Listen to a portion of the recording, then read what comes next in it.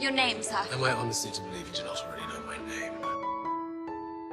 If you desire an introduction, madam, I do believe accosting me to be the least civilized of ways. Accosting you? Truly, they will try anything. The Duke of Hastings. Oh, the Duke of Hastings, is it? Right, Hastings, this is my sister. Your sister? As I am well aware of the company you keep, brother, I'm certain your days with His Grace were most civilized indeed. Lady Whistledown has all but declared me ineligible, worthy of the affection of a detestable simpleton and no one else. What others should ever want such damaged goods now? It would be better if you refrained from thinking about me at all. Surprising. Yes, however is it possible for a lady to offer anything but a smile while seated beside a duke, even one of your reputation? You are aware of my reputation. And presumptuous? Clearly. Arrogant, most definitely. You are a rake. I will never marry you. Through. And tell me I'm wrong. Am I to refrain from thinking about whom again? I assure you, I'm anything but interested in you. Good. Quite. And I anything but interested in you. And I must say I'm impressed. I was quite surprised to learn you no longer have a line of suitors around every last square in London. I'm in no need of your derision, sir. I do not mock you. I'm being sincere. I know what this Lady Whistledown has written. Trust I possess as much contempt for the author as you do, encouraging, provoking them. Claim you as their prize. Perhaps there is an answer. We could pretend to form an attachment. The world will believe I finally found my Duchess. Every presumptuous mother in town will leave me alone, and every suitor will be looking at you. If this is to work, you must appear madly in love. Men are always interested in a woman when they believe another, particularly a duke, to be interested as well. You presume, Lady Whistledown. I presume she will deem us to be precisely what we are. Me, unavailable. You, desirable. It is an absurd plan. I find it quite brilliant. Whatever should you have to lose? If you were truly courting me, you'd buy out every florist in town. If I were truly courting you, I would not need flowers. Only 5 minutes alone with you in the drawing room. I have no interest in causing a scandal, Miss Bridgerton. I should imagine with you it comes naturally. I saw the way the two of you looked at each other last night and this morning. There are no others. There is only the Duke. This is my sister. But surely you can understand that family must come before all else. If you'll be glued to my side all evening. And we must look like we are enjoying ourselves, as difficult as that may be. Yes, quite. He attempted something last night I shan't dignify with words when your sister plants to face her. Deservedly so. You told him. I had to say something. I had no right. I was trying to help. People are watching. The young lady is as rare a treasure as there is. Do try not to bungle it up. I shall not have you question the lady's unimpeachable honor again. Yes. You do not deserve to breathe the same air as her. I'm still in need of a husband. No, I am flattered. I'm afraid I must reject your proposal. Yes, I know. You're not the marrying type. Yet have you considered you are not the type women wish to marry? I do suppose if I were forced to take a wife, you would be the least objectionable option. Was that meant to be a compliment? Yes, but it is no matter, for you wish to marry for love, do you not? Of course I do. This is about a life, Your Grace. My life. So I shall not have this go wrong. And if you are not in agreement, then you should tell me now. I shall agree, on one condition. Call me Simon. If we are truly to seem to be courting, if this is to be a match like no other, then you call me by my name. Very well. Simon. Very well, Daphne. I wish to find a husband. It's the time you have a family. Children. Let us find you a husband. In the grand battle of the season, I am your trusted general, marshalling the troops. And Wellington could only hope for a soldier so brave. And handsome. You must not forget that. You just told Miss Cowper that her gown is exquisite. Do you think so? Your gown, it is exquisite. Is it awful that I'm enjoying it? My wild jealousy. Fooling Lady Whistledown. My mother told me something curious the other day. That one should marry one's dearest friend. Is that truly what marriage is all about, then? Friendship. What I mean is, there are other things. Physical. Or perhaps intangible. No one else will tell me anything. I cannot tell you. I thought we were friends. Daphne. Simon. It is a natural continuation of what happens at night. At night. When you touch yourself. You can touch judge yourself. And if you are merely dallying with her, and if she loses her chance of such an extraordinary match, then you are just being cruel. And we both know I taught you better than that. Our arrangement has succeeded, Miss Bridgerton. Stop calling me that. It is these very circumstances that prove... What are you doing? That prove our ruse should hereby need to end. I thought you and I were friends. We were never friends. I do not believe there could be a more ridiculous notion than that of us ever being friends. You were a convenience, a diversion, a pretty one at that, but nothing more. You will be very happy with your prince. And what I've seen between you and the Duke... It was not real, Mama. Everything you saw, none of it was real. I shall not be led once more by you from this direction to that. I am sorry. Miss Bridgerton. I am marrying the prince. I shall be very happy, indeed. Will you be happy?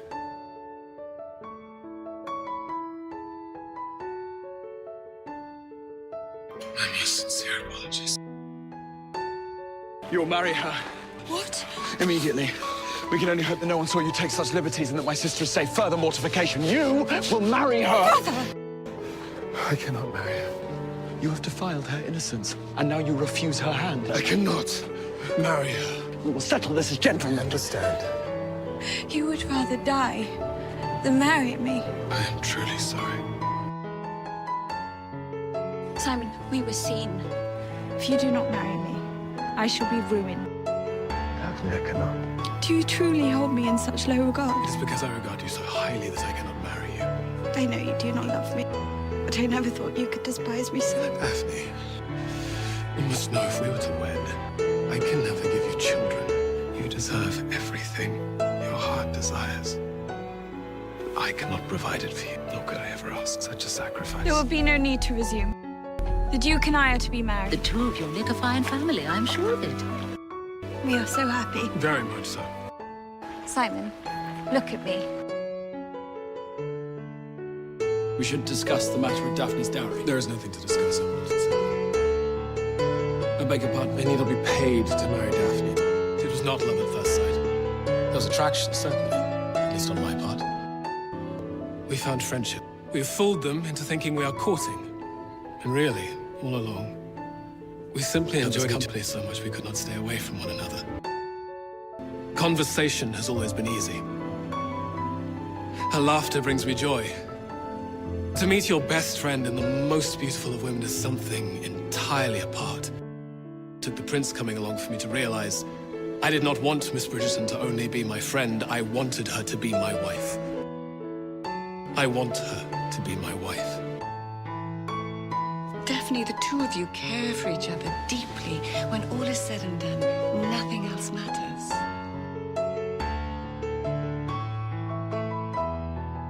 I understand that you do not wish to see me. That you would prefer to stay in your separate room and endure a wordless dinner together on our wedding night. But That is not as I would prefer. Simon, You are mistaken. I am the one who trapped you into this marriage. I trapped you. You wanted a life with children. You wanted a love match, and yet... And yet, this cannot be any more different. Everything I told the Queen was true. I cannot stop thinking of you. From the mornings you ease, to the evenings you quiet, to the dreams you inhabit. My thoughts of you never end. I am yours, Daphne. I have always been yours. You're downright flushed. Yes, that is what happens. When one is angry. When one burns for someone who does not feel the same. Why do you think I followed you into that garden? Why do you think I went into that garden? It is you I cannot sacrifice. I burn for you. I want to show you the bedroom. Yours or mine? You truly believe we are to have separate rooms?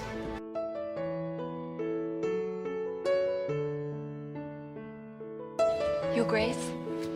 Your Grace. Is anything wrong? You are so far away. Much better, yes.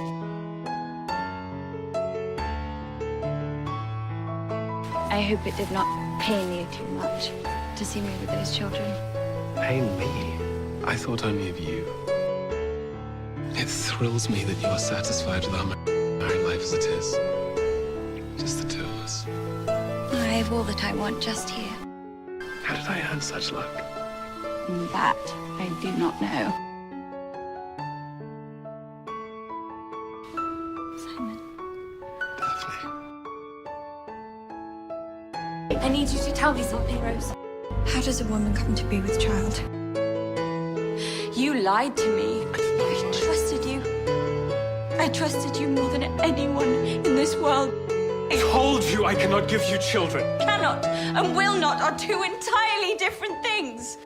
You knew that becoming a mother one day, to have a family of my own one day, you knew that was all I ever wanted. I was prepared to die on that dueling field. Rather than marry you and take your dream away, I would have died. You told me I was enough. You love me. No, you most certainly do not. You do not know the meaning of the word. You do not lie to the one you love. You do not trick the one you love. You do not humiliate the one you love. I must return to see my family immediately. They will need me. I will accompany you. This is a family matter. Separate bedrooms may be tolerated. Separate households will not be suffered. We both know your reputation, Your Grace. It is clear that you find there is nothing left in our marriage. Nothing left. I've already seen you. That's what I said. Is it what you believe? If you are with child, then I shall stay and do my duty to support you both. And if I'm not? Then we shall remain married. In name only. Our lives will be entirely separate. This You made a considerable error with my sister. How, may I ask, could you infer that I was the one to make the error? Well, I know my sister quite well. She's not capable of fucking up this severely. Your father was so absent, he never gave you a proper example of how to lead a household. Tell me why you are so adamant. Because I swore a long time ago that I would never sire a child. You made a vow to me, too. Let me be certain I understand. You will neither have children, nor the happiness we could have together because you promised your father you would not. My courses are due within the next few days. You will know then which vow you have broken and how we are to spend the rest of our lives. Miserable together, perfectly happy apart.